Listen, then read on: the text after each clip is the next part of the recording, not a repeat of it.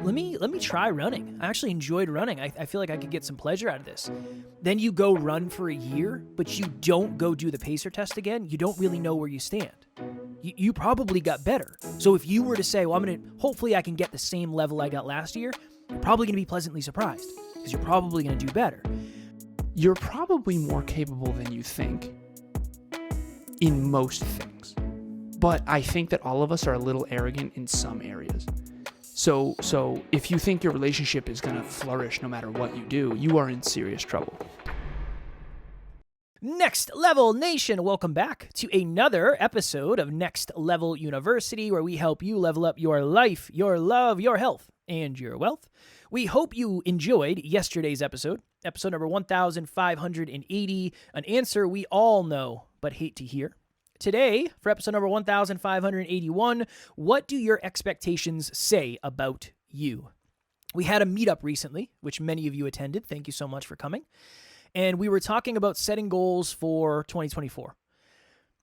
Anytime we talk about setting goals, we talk about self-belief and self-worth, because it's really hard to set goals effectively if you don't know where you are on the drive to 5. And somebody said, how do you determine where you actually are? How do you figure out if you're a 1 out of 10 for confidence or a 5 out of 10 or a 6 out of 10? How do you figure it out? And Alan had a couple answers. And then I said to Alan live, I said, I don't know if this is going to land. I don't know if there'll be any truth to this, but it might be something worth exploring. I have noticed that, let's just use me, if we were just going to use me as a case study, I probably should believe in myself more than I do. That was definitely the case in the beginning. I was low on the drive to 5. I had very low self-worth, and I had very low self-belief. But one commonality that would happen for me is I would go do something I didn't believe I could do, and then I would say these 6 words to Alan after. That went better than I expected. Alan, I counted them. That's why I had a pause before. Yeah, 6. Alan on the other end would often say that went way worse than I expected. Oh yeah, man. So my scientific thesis, my hippopotamus. Hypothesis. Yeah, no, but I say hippopotamus. My hippopotamus is if you often say to yourself, wow, that went so much better than I expected, you probably are lower than you should be on the drive to 5. So you probably believe in yourself at a level 2 when it should be higher.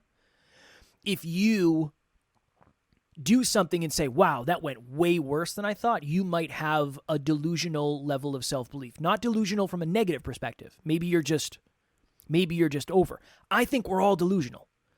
I really do. I think delusionally high or delusionally low.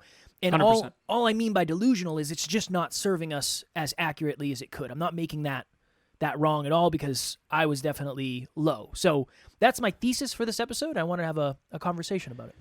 Well, let's do this. So when I first met you, you had delusionally low self-confidence. In other words, you didn't believe you were capable of very much, which obviously you were inaccurate about that. Yeah, that was wrong. So when we say delusional, we don't mean in the negative connotation, even though I think some people are excessively delusional, overly delusional on the negative end or the positive end. What if we just said misaligned? Misaligned. I think for me, I like distortion.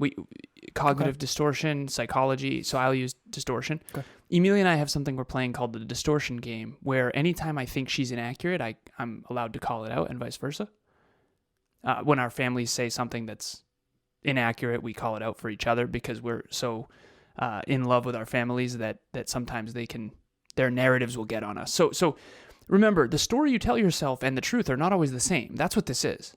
If the story I've told myself is I can do a marathon without training, then I'm delusional, I'm distorted until I do it. It's just theory versus practice. In theory, I believed I could do a marathon. In practice, it was way harder than I expected, but the half marathon was easier than I expected. So it's just expectations meets reality. That's all this is. And expectations are based on a script. I was thinking about this earlier because I never bring up, I don't want to say never, I don't bring up the computer engineering thing that often, but I think there's something really cool in there. When I was in computer engineering school, we would code, and there's something called machine language. And essentially the computer that you're on or the phone that you're on, there's a narrative, there's a script, and it's code that you compile to do these actions. So when I hit the K button, does a certain action. So if K button is hit, then, I don't know, pop open this screen. The point is human beings are the same way. We all have these scripts. So Kevin, if hungry, call Domino's, right? It's playful and it's joking, but it's true. That's your wiring. That's a belief system. So all we're really talking about here is, and to this person, a client of mine, Bonnie, she reached out and had this question in the monthly meetup, and she wouldn't mind me sharing that publicly. But she basically said, how do you know? And the answer is you check it up against reality. You theorize, you hypothesize, you hippopotamize, and then you go practice. So I believe that I'm a capable speaker. Okay, go give a speech. Not as good as I thought. Kev, I don't believe I'm a capable speaker. Go give a speech. Oh, all right, I can do this. Better than expected. That's better than expected. And that's all it is. So the best way to figure out where you are on the drive to 5, whether you're over or under, and everyone is over or under, and it swings too. There are times when I went from over to all the way under. The post-marathon for me was hard because it was, wait a minute, am I less capable? Where else am I less capable than I think? That self-doubt gets you. And it's like, okay, just because you couldn't do that doesn't mean you're delusional anywhere else. So the whole goal, I think, is to think as accurately as possible. That's not a sexy thing, but I think it's really important because you're probably more capable than you think in most things. But I think that all of us are a little arrogant in some areas. So if you think your relationship is going to flourish no matter what you do, you are in serious trouble. And you need humility. If you think your career is going to flourish no matter what, you need humility. If you think you're incapable of having a great relationship, you probably need confidence because you probably can. It's possible, it's doable, you got this.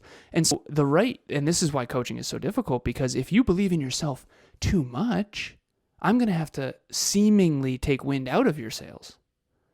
If you believe in yourself too little, I love coaching those people because it's easy for me to help people believe in themselves more. It's very hard for me to get someone to realize they're arrogant or delusional, at least over the drive to 5. So the question for everybody is, do things typically go better than you expect when you have the courage to try them? Or do they typically go worse than you expect? On one end, you build confidence. You go, holy crap, what else can I do? On the other end, you get humble pie and you go, I think I need to work on my speaking abilities. Or I need to maybe train some cardio, add some cardio into my regimen. And both are useful. That's the cool part about taking action is whether you're over or under, it always undistorts your reality. And hopefully it doesn't do it so devastatingly that it actually crushes your self-esteem and self-worth and your self-belief rather than build it up. And I think that's probably the place we could go now. Well, I think the other important thing to discuss is this is another vote for why action is the cure-all. Or at least it's the opportunity to make change. Because this is one of those things where you'll never really know unless you test it, and you'll never really know unless you test it often. Every book you read changes you. But if you don't go out and test where you are, it's really hard. Remember was this middle school or high school? Remember the PACER test? Oh, yeah, man. The PACER test, for those who might not know, you line up in a gymnasium and 42 you have to run. push-ups, sir. What was it? 42? Yeah. Those are rookie numbers. I don't doubt that. No, those are good. That's yeah, good. I was on the higher percentile, sir. For middle school. Yeah. Well, you weren't in my class, son. What'd you get? I don't remember. You think I remember that? I remember I had asthma, and when it was the PACER test time, it was like, all right, let's try not to have an asthma attack here. So all the PACER test is one of the portions of it is you run back and forth in the gymnasium, and the beeps. So there's a play track, and the beeps get faster and faster and faster, and if you don't make it to the end before the beep, you get kicked out, and whoever makes it the most rounds, whatever it was never me. I never made it the most rounds. But if you did that for the first time, and you said, my goodness, that went better than expected, then you went and said, you know what? That went better than expected. Let me try running. I actually enjoyed running. I feel like I could get some pleasure out of this. Then you go run for a year, but you don't go do the pacer test again. You don't really know where you stand. Yeah. You probably got better. So if you were to say, well, hopefully I can get the same level I got last year, you're probably going to be pleasantly surprised because you're probably going to do better. But if you don't take that action, you don't actually get to level set yourself repeatedly.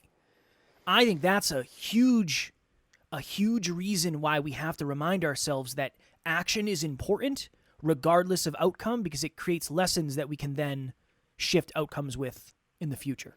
The problem is, go ahead. I was going to say, where did you want to go? You said you wanted to... Next Level University and Kevin is exactly where you need to be if you're a podcaster.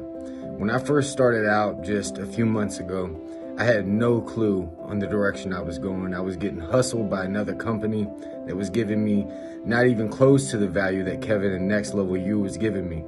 They literally changed the trajectory of my podcast, have helped me out tremendously. They understand the clients. I promise you, you will not go wrong with dealing with Kevin and Next Level U. I'll see you there. I think whether or not it's constructive or destructive, it's okay. Once you take the action and you get the humble pie or you get the positive confidence, now what? I think your expectations are as positive for you as your ability to do the thing after you have the expectation. So, just as an example, if you think you don't have to do it because you're so good, it's not constructive, it's destructive.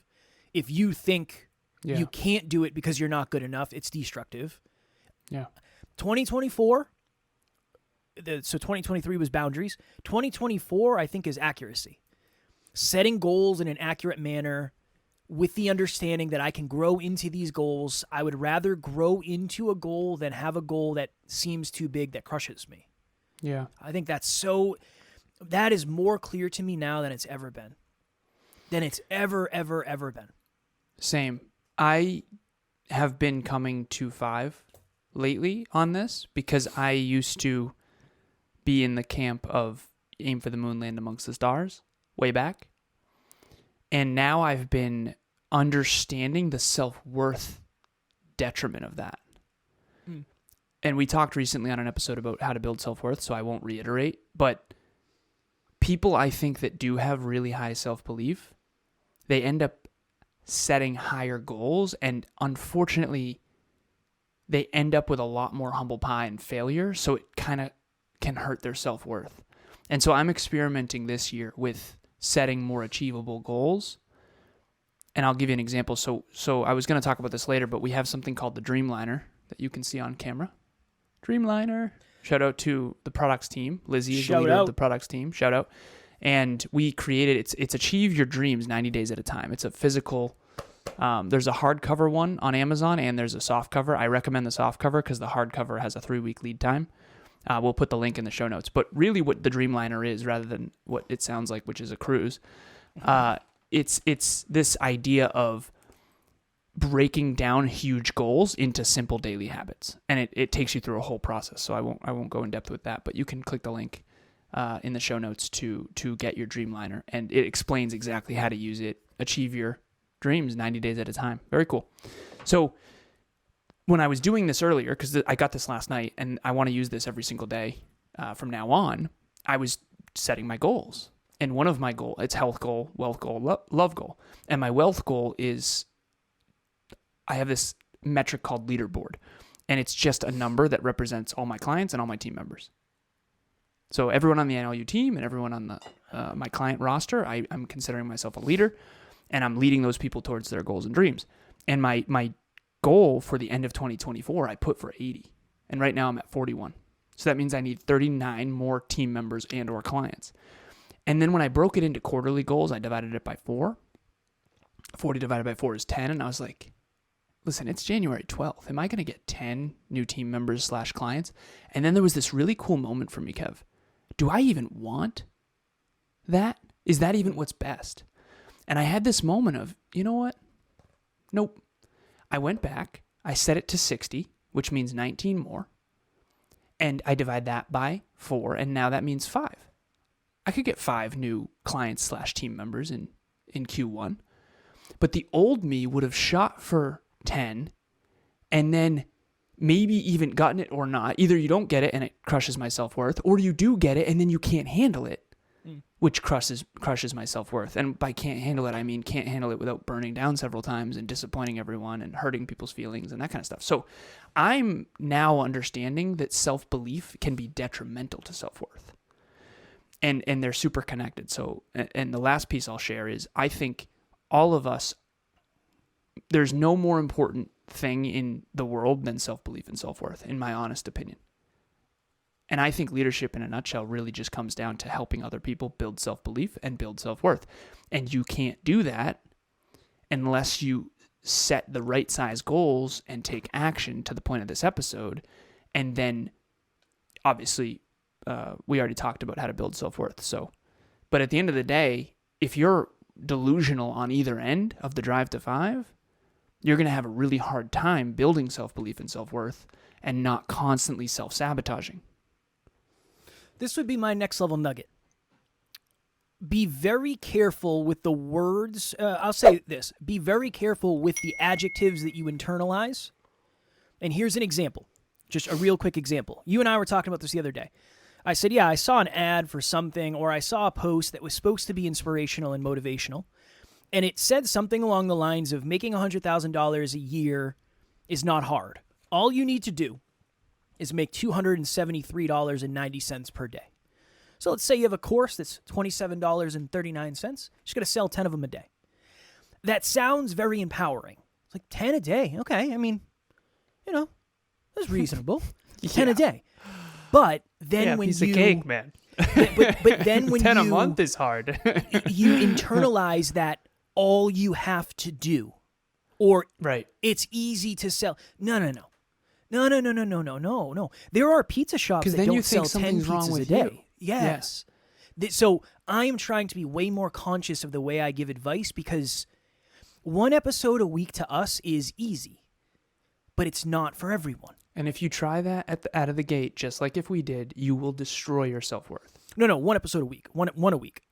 Oh, okay, one a week. One a week for us would be very, very easy at this point. Oh, okay. I thought you said one a day. Yeah, if you try one a day, my bad. If you try one a day out of the gate, you're going to destroy your self-belief 100%. And self-worth. Yeah. I don't think anybody should, unless you have the same goals we do. I do not advise this for anyone. It's a whole thing. But I also don't want to say you should be able to do one episode a week easily, because that lessens something that might be a challenge to you. And if that changes your expectations, it is a whole wonky thing. I'm not saying, I appreciate it. I'm not saying you can't make $100,000 as an entrepreneur, as a dream chaser. Of course you can. You definitely can. It most likely won't be as easy as certain people are telling you, because that helps them make their $100,000. So it is a very, very fine line, and I get fired up about that stuff. So that would be my next level nugget. Be very careful with the adjectives you choose to internalize, because they're probably affecting you more than you realize. Last thing, my next level nugget. Kev gets really fired up when people are being lied to. Definitely. I've always loved that about you. I can't stand it. I know. Yeah. I can't stand it. I love it, man. Honestly, I get fired up about bullies.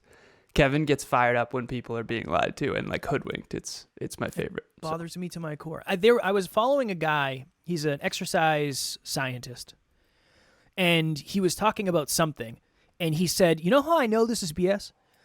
This person said he has 100% happiness rate. Nobody has ever had a bad thing to say about his product, and it works for everyone." He said, "We have helped hundreds of thousands of people, but we also haven't helped everybody. So it just doesn't work for everybody. Some people are upset. They want their money back." And I gained a new respect for that person, because it's truthful. It's truthful. So that's a little tangent. If you are looking for other human beings who are into growth, who want to talk about ego, who want to talk about vulnerability, you just want to find your community. You want to find the place where you feel like you fit in, please join our private Facebook group, Next Level Nation. Link will be in the show notes, as always. I already mentioned this, the Dreamliner. The link will be in the show notes as well.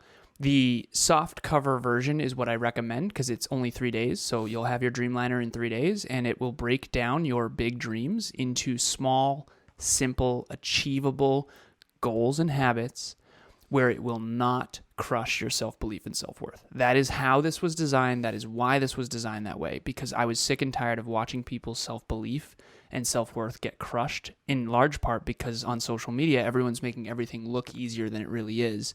And in the real world, it actually takes consistency and improvement and dreamlining. It takes dreamlining, essentially. And no, it is not a cruise that we are taking you on. It is. It's a cruise on your way to your own unique version of success, son. Yeah, fair. That's what it is. It's awesome. I'm super pumped. I'm going to use it every single day. I hope you do too, seriously. And yeah, that's it. I got to check to see if I got mine. All right. Tomorrow for episode number 1582, one of the most important things to know about yourself. Alan wanted to do this episode, so it will be an Alan-heavy episode tomorrow. As always, we love you. We appreciate you. Grateful for each and every one of you. And at NLU, we do not have fans. We have family. We will talk to you all tomorrow. Keep seeing yourself accurately. Next Level Nation.